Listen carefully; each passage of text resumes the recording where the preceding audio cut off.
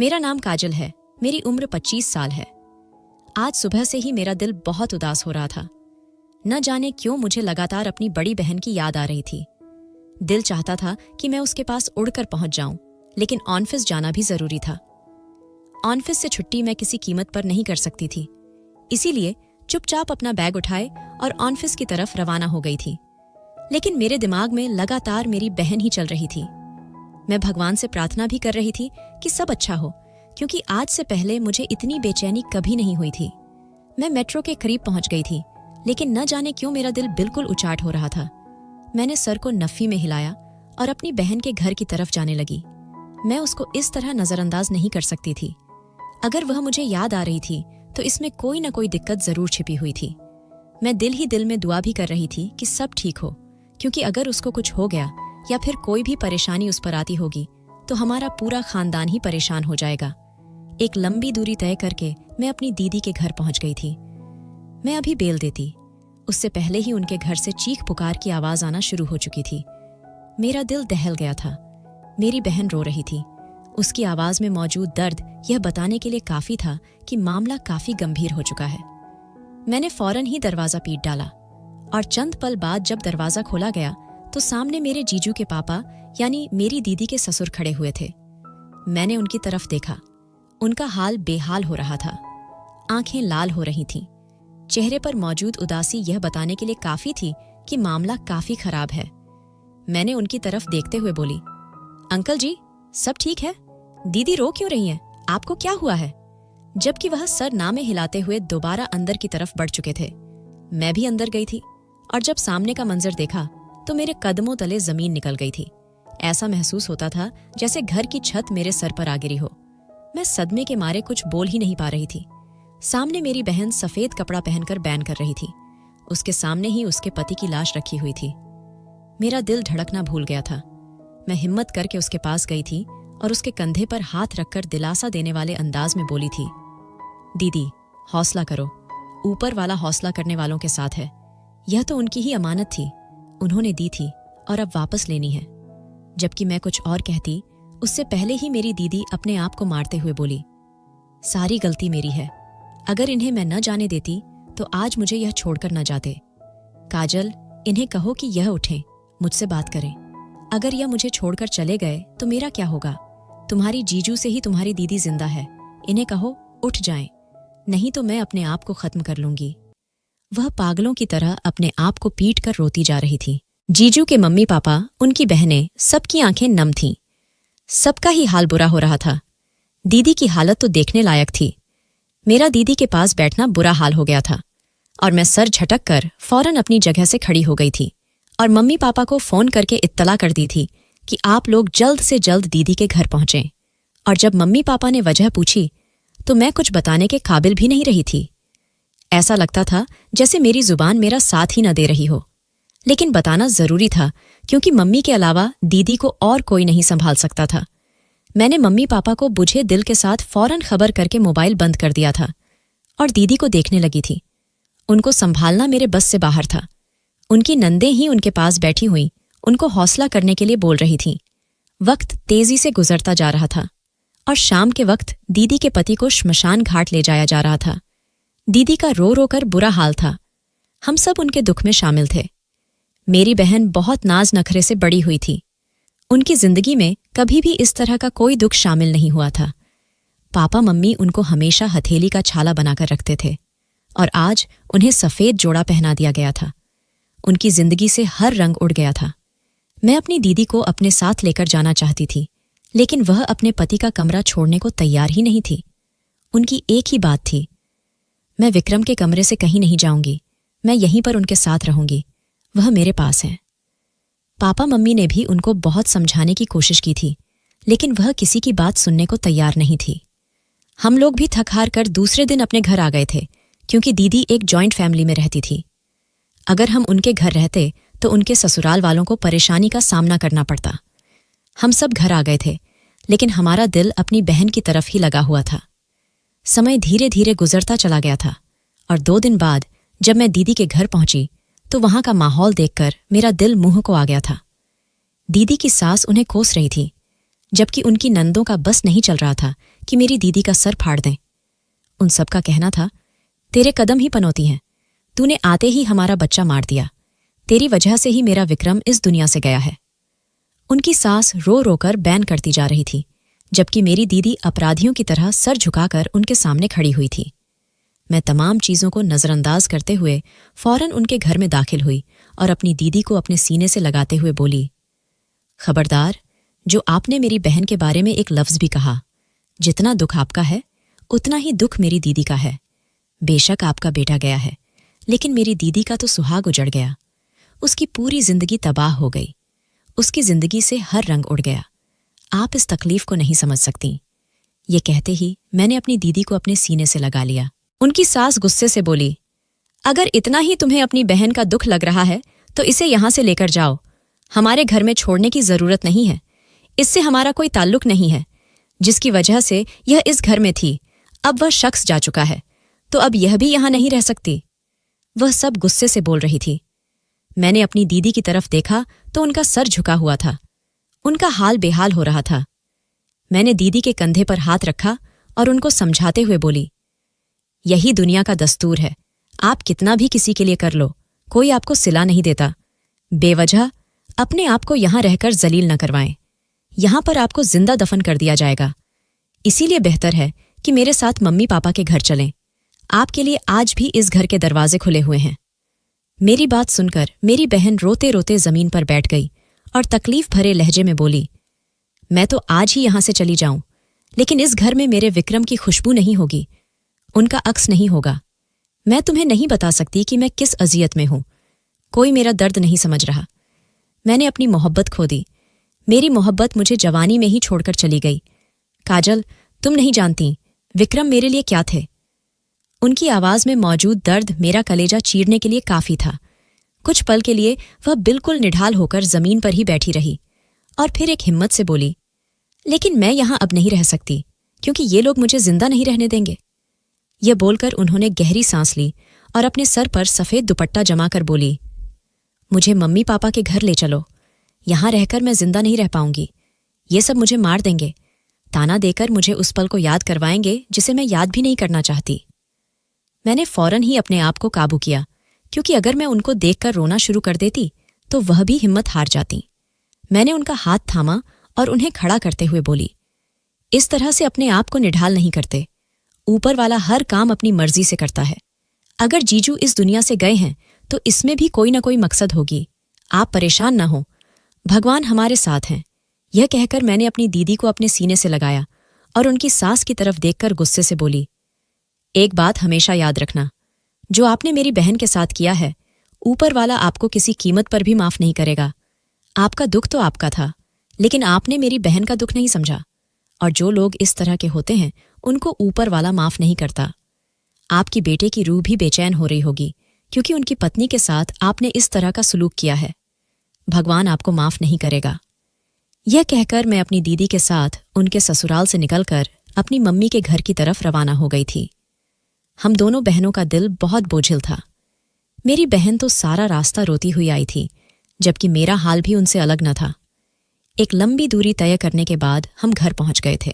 Mummy और पापा दीदी के बारे में ही लाउंज में बैठे बातें कर रहे थे, और जब मैं उन्हें लेकर अंदर दाखिल हुई तो दोनों के चेहरे पर मुस्कान आ गई थी और वे फौरन ही खिल उठे थे।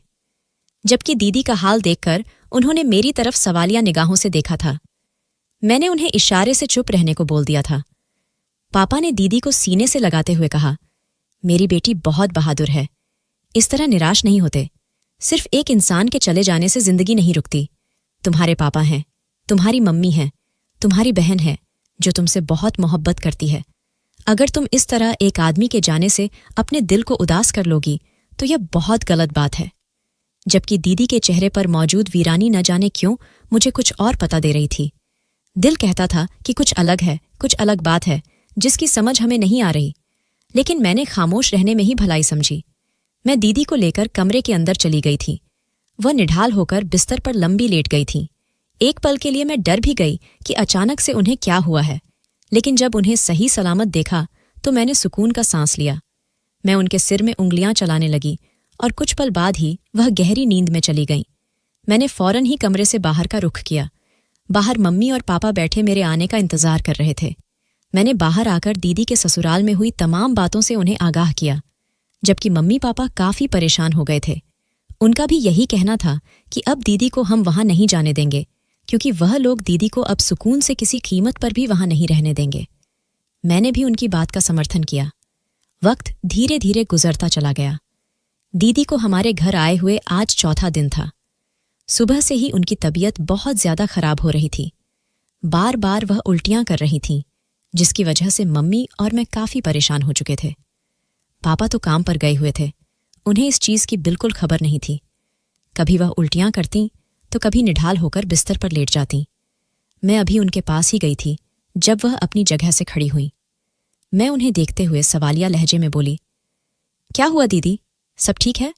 आप बिस्तर पर लेट जाएं, आपकी तबीयत ठीक नहीं है। अगर कोई काम है तो मुझे बोलिए।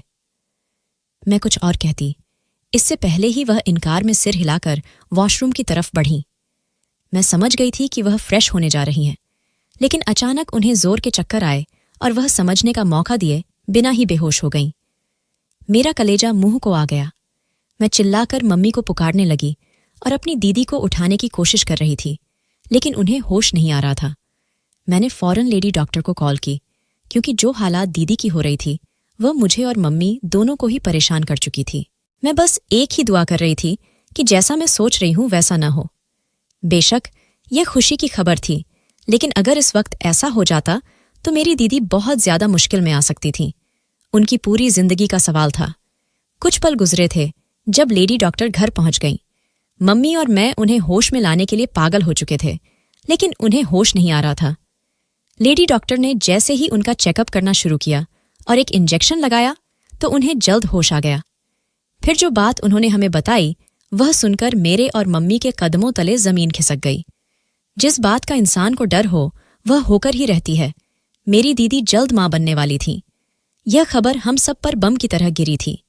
जीजा के मौत के बाद इस तरह की खबर का मिलना हम सबको ही बेचैन कर गया था। मेरी तो हालत ही खराब हो गई थी। मैं बार बार अपनी दीदी को देखकर रोती जा रही थी। उनका इस वक्त प्रेग्नेंट होना उनकी जिंदगी को बहुत मुश्किल में डाल सकता था। मम्मी बहुत नरमी से बात करते हुए बोली, डॉक्टर साहिबा, यह खुशी की खबर है, लेकिन अब हम यह बच्चा नहीं रख सकते। मेरी बेटी की पूरी जिंदगी का सवाल है। कुछ साल, कुछ महीनों बाद यह इस दुख से निकल आएगी तो मैं इसकी दूसरी शादी करवाऊंगी, इसका फिर से घर बसाऊंगी। लेकिन अगर इसका बच्चा पैदा हो गया तो हमारे लिए बहुत मुश्किलें खड़ी हो सकती हैं।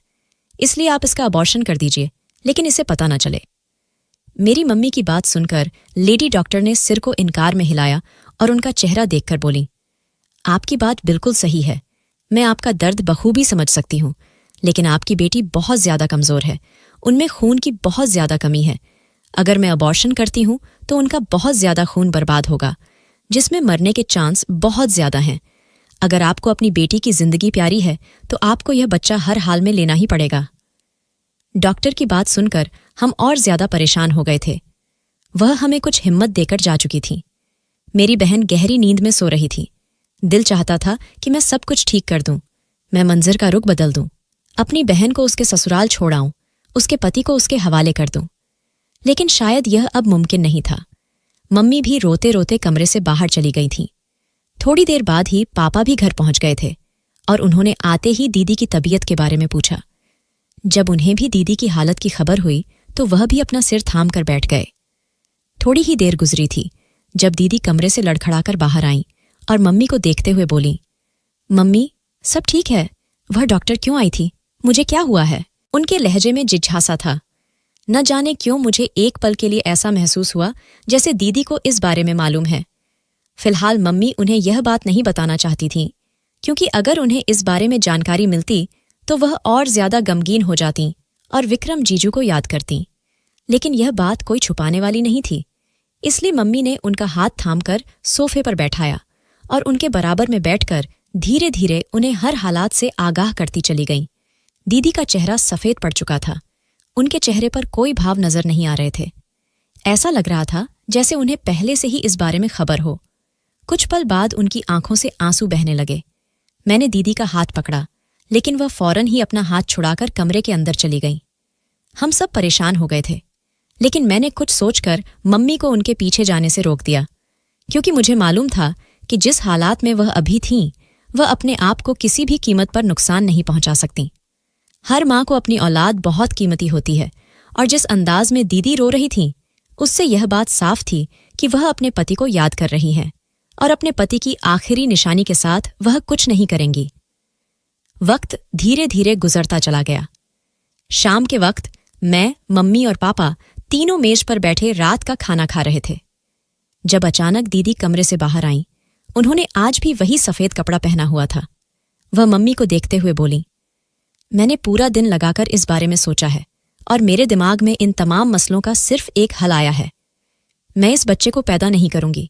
मुझे यह बच्चा गिराना है। मैं अबॉर्शन करवाना चाहती हूं। उनकी आंखों में सख्ती थी, जबकि चेहरा भी हर एहसास से खाली था। मम्मी, पापा और मैं तीनों ही परेशान होकर अपनी जगह से खड़े हो गए और हैरानी भरे लहजे में बोले, क्या हो गया दीदी? आप कैसी बातें कर रही हैं? यह आपका खून है, जीजू की आखिरी निशानी है। आप ऐसा कैसे कह सकती हैं? मैं कुछ और कहती, इससे पहले ही मेरी बहन अचानक पागल सी हो गई। उसने टेबल पर रखा कांच का गिलास जमीन पर फेंककर तोड़ दिया और चिल्लाते हुए बोली, नहीं, यह तुम्हारे जीजू की आखिरी निशानी नहीं है। यह मेरी बर्बादी की निशानी है। इसे मैं अपने पास नहीं रखूंगी। यह मेरी औलाद नहीं है। वह दीवानों की तरह चिल्लाते हुए जमीन पर बैठ गई। मम्मी, पापा और मैं तीनों का ही दिल दहल गया। अचानक दीदी को यह क्या हुआ था? कोई कुछ समझ नहीं पा रहा था। अभी मैं दीदी को संभालती, इससे पहले ही वह चीखते हुए बेहोश हो गई। हम सब सकते में थे। पापा ने जल्दी से एम्बुलेंस को कॉल किया, क्योंकि दीदी की नाक से खून बहने लगा था। हम सब परेशान थे कि यह अचानक क्या हो गया। कुछ ही देर में एम्बुलेंस आ गई और हम दीदी को लेकर अस्पताल पहुंचे। डॉक्टरों ने इलाज शुरू किया। दीदी की डॉक्टर ने हम पर गुस्सा करते हुए कहा, मैंने पहले ही कहा था कि मरीज की हालत बहुत कमजोर है। उनमें खून की भारी कमी है। उन्हें हर तरह के दबाव से दूर रखना जरूरी था। फिर यह सब क्यों हुआ? हम में से कोई कुछ बोल नहीं पाया। कुछ देर बाद डॉक्टर बाहर आई और बोली, मरीज मानसिक तनाव का शिकार है। अगर ऐसा ही चलता रहा तो ये अपनी जान भी गंवा सकती है। उनके दिल में कुछ ऐसा दबा हुआ है जिसे बाहर निकलने की जरूरत है। जब तक वह अपनी भावनाएं साझा नहीं करेंगी, तब तक उनकी हालत में सुधार नहीं होगा। जितना हो सके उनके साथ समय बिताइए और जानने की कोशिश कीजिए कि उनके दिल में क्या चल रहा है, वरना आप लोग उन्हें खो सकते हैं। डॉक्टर यह कहकर चली गई। मम्मी और पापा दोनों ही वहां बैठ गए और सर पकड़ लिया। मैं भी बहुत परेशान थी। दीदी को हमने अपनी जान से ज्यादा संभाल कर रखा था। न जाने उन पर यह कैसी मुसीबत आई थी। यह समय किसी भी औरत के लिए बहुत तकलीफदेह होता है। मेरी दीदी भी यही झेल रही थी। समय धीरे धीरे गुजरता गया। मम्मी और मैं हर पल दीदी के साथ रहते, उनकी देखभाल करते। मैं उनसे बार बार पूछती, दीदी आपको क्या हो गया है? जो भी बात है दिल खोलकर कह दीजिए। लेकिन वह हमेशा चुप रहती। अगर कुछ कहती तो बस यही कि मुझे यह बच्चा नहीं चाहिए, मैं इस बच्चे को गिराना चाहती हूं। उनकी बातें हमें परेशान कर देती। आखिर एक माँ ऐसा क्यों कह रही थी? वक्त बीतता गया। 9 महीने कैसे गुजरे यह सिर्फ मैं और मम्मी जानते थे। हमने दीदी को बहुत संभाल कर रखा। अंततः दीदी ने एक प्यारी सी बेटी को जन्म दिया, जिसका नाम हमने राहा रखा। वह बिल्कुल गुड़िया जैसी दिखती थी। उसकी आंखें हेजल ग्रीन रंग की थीं। उसका चेहरा गोरा और दूधिया रंगत का था। उसे देखकर लगता था जैसे वह कोई जादुई गुड़िया हो। मैं तो उसे हर वक्त अपने पास रखती थी, क्योंकि वह मेरी भांजी थी। जबकि दीदी ने एक बार भी उसकी तरफ देखना गवारा नहीं किया था, न ही उसे गोद में उठाया था। जब उसे भूख लगती थी और वह दूध मांगती थी, तब भी दीदी उसके पास नहीं आती थी। हमने बच्ची को बाहर का दूध ही दिया था। वक्त और तेजी से गुजरता जा रहा था। एक दिन मुझे राहा को लेकर अस्पताल जाना पड़ा। वहां अचानक मेरी मुलाकात दीदी के ससुराल के पारिवारिक डॉक्टर मिस्टर खुराना से हुई। वह मुझे देखते ही अफसोस जाहिर करने लगे कि आपके जीजू का निधन हो गया और हमें पता भी नहीं चला। कुछ दिन पहले ही वह अपने टेस्ट्स करवा कर गए थे। हमें लगा था कि वह अगले हफ्ते रिपोर्ट्स लेने आएंगे, लेकिन वह आए ही नहीं। उनकी रिपोर्ट्स अब भी हमारे पास हैं। कुछ सोचकर मैंने वह रिपोर्ट्स मांग लीं। न जाने क्यों मेरे दिल में ख्याल आया कि आखिर मैं देखूं कि जीजू यहां किस लिए आए थे। जब रिपोर्ट्स मेरे हाथ में आईं और मैंने उन्हें खोलकर देखा, तो ऐसा महसूस हुआ जैसे मेरा पूरा दिमाग घूम गया हो। सर पर अस्पताल की छत गिरने लगी हो और कदमों तले जमीन खिसक गई हो, क्योंकि उन रिपोर्ट्स में यह साफ साफ लिखा था कि मेरे जीजू कभी बाप नहीं बन सकते थे, जबकि उनकी ही बेटी मेरे हाथ में थी। मैं हैरान थी, यह सब क्या था? मैं राहा को लेकर अस्पताल की बेंच पर सिर थामकर बैठ गई। अब मुझे धीरे धीरे सारी बातें समझ आने लगीं। दीदी का चिल्लाना, रोना, खुद को खत्म कर लेने की धमकी देना, बच्चे का गर्भपात करवाने की जिद, इन सब का मतलब था कि दीदी के साथ कुछ गलत हुआ था। तभी उनके चेहरे पर हर वक्त तकलीफ के निशान दिखते रहते थे। अब मेरे दिल में जिज्ञासा ने घर कर लिया था। आखिर जीजू की मौत भी किसी और वजह से हुई थी। उनका कार एक्सीडेंट नहीं हुआ था, मामला कुछ और था। मैं अब हर चीज की तह तक जाना चाहती थी। राहा का चेकअप कराकर मैं घर लौट आई। दीदी मम्मी के पास किसी मूर्ति की तरह बैठी हुई थी। उनकी आंखों में मौजूद वीरानी बहुत कुछ बताने के लिए काफी थी। एक पल को मेरा मन किया कि मैं दीदी के पास जाऊं, उन्हें अपने सीने से लगाकर कहूं, मैं आपकी तकलीफ समझ गई हूं, मुझे आपका दर्द मालूम हो गया है। लेकिन मैं बस उन्हें देखती ही रह गई। मेरी बहन ने वाकई बहुत मुश्किलें सहन की थीं। पहले पति का छोड़कर जाना और फिर किसी गैर मर्द से गर्भवती होना, यह सब बड़ी आजमाइश थी। दीदी ने अस्पताल से आने के बाद भी राहा को अपनी गोद में नहीं लिया था और न ही मुझसे राहा के बारे में कोई बात की थी। राहा मुझे ही अपनी मां मानती थी, क्योंकि हर वक्त मैं ही उसके पास रहती थी। वह दीदी को पहचानती ही नहीं थी। कभी कभी जब दीदी उसकी तरफ देखती तो वह अचानक खिलखिला उठती थी और दीदी के पास जाने की कोशिश करती थी। यकीनन मां की ममता की खींच अलग होती है, लेकिन दीदी उसे देखकर चुप हो जाती थीं और उस दृश्य से दूर चली जाती थीं। मैंने मन ही मन ठान लिया था कि अब मैं इस राज से पर्दा उठाकर ही रहूंगी। राहा का पिता कौन है? किसने मेरी बहन के साथ गलत किया? आखिर मेरी बहन के साथ अतीत में क्या हुआ? जीजू की मौत कैसे हुई? ऐसे कई सवाल मेरे दिमाग में घूम रहे थे। वक्त और तेजी से गुजरता चला गया था। राहा पूरे 8 महीने की हो गई थी। दीदी अक्सर मम्मी से कहती थी कि तुम शादी कर लो, राहा को हम पाल लेंगे, मगर दीदी जवाब ही नहीं देती थी, बस खामोशी से अपनी जिंदगी बसर कर रही थी। मम्मी पापा को मेरी शादी की भी हर वक्त चिंता रहती थी, लेकिन फिलहाल मैंने उन्हें मना कर दिया था कि अभी घर में बहुत ज्यादा समस्याएं चल रही हैं। मैं इस दौरान शादी नहीं कर सकती। मेरे लिए मेरे माँ बाप, मेरी बहन और उसकी बच्ची बहुत ज्यादा जरूरी हैं। मम्मी पापा को मालूम था कि मैं किसी को पसंद करती हूँ, लेकिन फिर भी मैंने सब चीजों पर पर्दा रखा हुआ था। आज दूसरे गांव से मेरे ताऊ आने वाले थे। वे अपनी लड़की की रस्म करने वाले थे, जिसके लिए उन्हें आमंत्रण देने आना था। घर में तैयारियां पूरे जोश खरोश से चल रही थीं। ताऊ काफी टाइम बाद हमारे घर चक्कर लगा रहे थे। पापा उन्हें अपने पिता के दर्जे का मान देते थे। उनका कहना था कि मेरे भाई ने मेरा वहां साथ दिया है, जहां कोई भी आवाज नहीं उठाता, जबकि हम भी ताऊ की बहुत इज्जत करते थे। ताऊ लगभग रात के समय आए थे और अपनी लड़की की सगाई की दावत देकर चले गए थे। मम्मी पापा दोनों ने उन्हें बहुत रोकने की कोशिश की थी, लेकिन उनका कहना था कि हमें बहुत सारी जगहों पर दावत देने के लिए जाना है, अब हमारी सगाई नहीं होगी। मम्मी पापा भी खामोश हो गए थे। अगले हफ्ते उसकी सगाई थी, जिसके लिए सब जाने की तैयारियां कर रहे थे, लेकिन आखिरी मौके पर दीदी ने मना कर दिया था कि वह नहीं जा रही। उनका दिल नहीं चाह रहा। हालांकि सगाई में जाने के लिए पहले वह खुश नजर आ रही थी। उन्होंने अपनी पसंद से अपने लिए जोड़ा भी चुना था, लेकिन अचानक से उनका मना कर देना हमें सबको हैरान कर गया था। और फिर मेरा भी अगले दिन ऑफिस था, मैं छुट्टी नहीं ले सकती थी। इस वजह से मैंने भी सहूलियत से इनकार कर दिया था और मम्मी पापा ही ताऊ की लड़की की सगाई में चले गए थे। गांव दूर था, इसलिए उनका रुकना जरूरी था। मेरा दिमाग भी घोड़े की रफ्तार की तरह काम करने लगा था। घर में कोई नहीं था। यह एक बेहतरीन मौका था कि मैं अपनी दीदी से इस बारे में बात कर सकती थी, क्योंकि जब भी मैं दीदी से किसी भी हवाले से बात करने के लिए बैठती थी तो मम्मी हमारे आगे पीछे ही रहती थीं। इस वजह से मैं हमेशा खामोश हो जाती थी। मैं किसी को भी अपनी बहन की कोई भी गलती या कोताही जाहिर नहीं करना चाहती थी। मैं हर चीज पर पर्दा रखती थी। अक्सर मेरे दोस्त और रिश्तेदार कहते थे कि अगर कोई रहस्य बताने हो तो सिर्फ और सिर्फ काजल का चयन करो, क्योंकि उसके पास रहस्य इस तरह दफन होते हैं जैसे कभी इस प्रकार की बात हुई ही ना हो। मम्मी जा चुकी थी और अब मुझे राहा की भी चिंता हो रही थी, क्योंकि दीदी राहा को बिल्कुल भी अपने पास नहीं रखती थी। कभी कभी रात के समय वह बस उसे गोद में ले लिया करती थी, वरना तो उनका राहा से कोई लेना देना ही नहीं था। सुबह सवेरे जब मैं ऑफिस जाने के लिए उठी तो अचानक दीदी मेरे कमरे में आई और मुझे देखते हुए बोली, राहा का क्या करना है? उनका अंदाज लिया दिया ही था। कुछ पल खामोश रही और उन्हें देखते हुए बोली, मम्मी तो नहीं है, राहा को मैं ऑफिस ही ले जाती हूँ, क्योंकि आप तो अपनी बेटी की तरफ देखना भी पसंद नहीं करती। मगर दीदी, यह गलत है। मैं कुछ और कहती, इससे पहले ही वह हाथ खड़ा करके बोली, बहुत मेहरबानी बहन, तुमने मेरी बच्ची को संभाल लिया है। जितना करना था तुम कर चुकी हो। अब तुम जताने पर आई हो, मैं देख लूंगी। तुम आराम से ऑफिस जाओ। मैं अपनी बहन का मुंह देखती रह गई कि वह किस तरह मुझसे बात करके गई थी।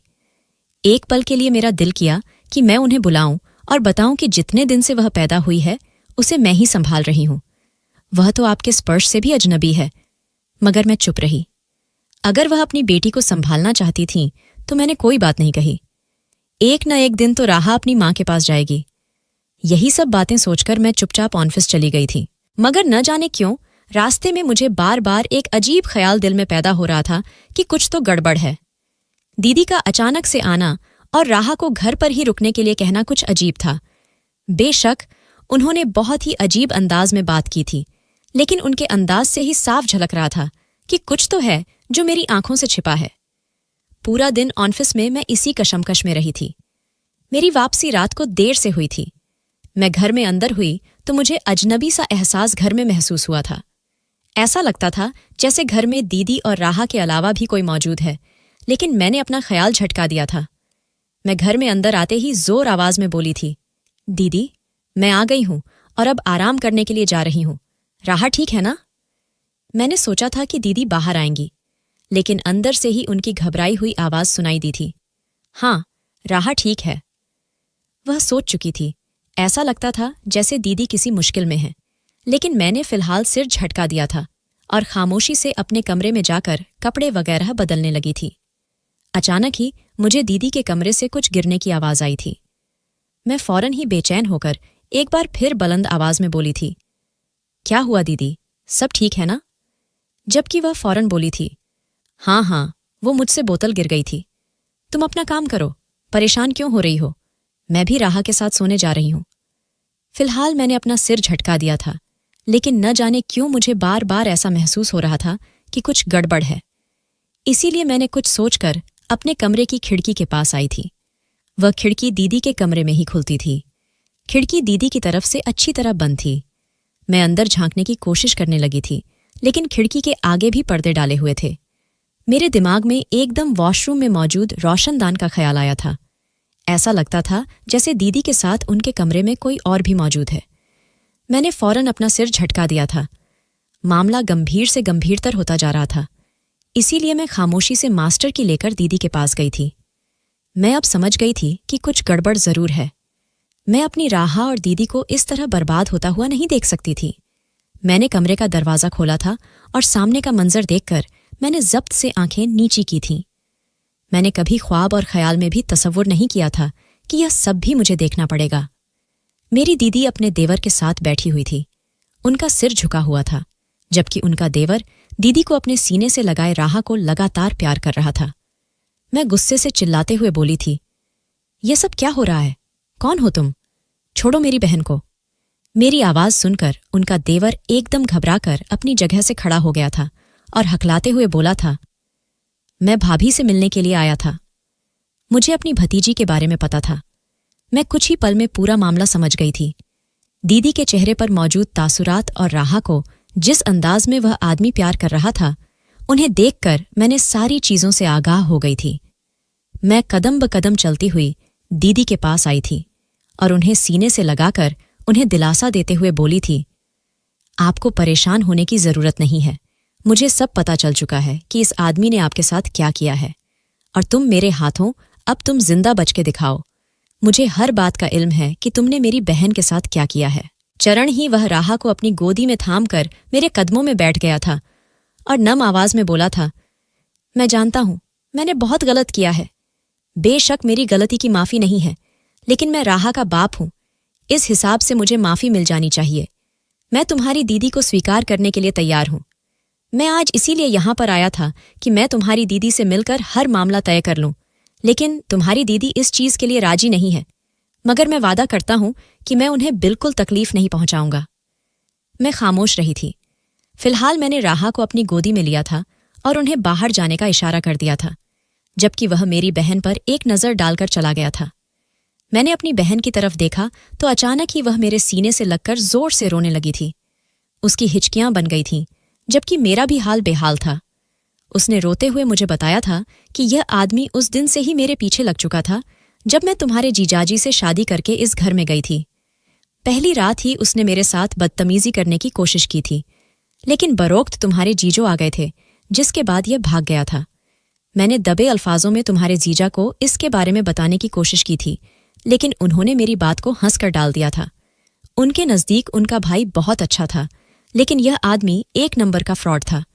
जिस दिन तुम्हारे जीजो एक बिजनेस ट्रिप के सिलसिले में दूसरे शहर गए थे, उस दिन ही इसने अपना असली रूप मुझे दिखाया था।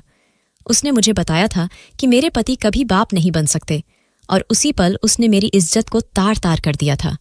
मैं उसके आगे हाथ जोड़ रही थी, उससे मना कर रही थी कि मुझे माफ़ कर दो, मेरे वजूद से दूर हो जाओ, मैं अपने पति के साथ धोखा नहीं करना चाहती।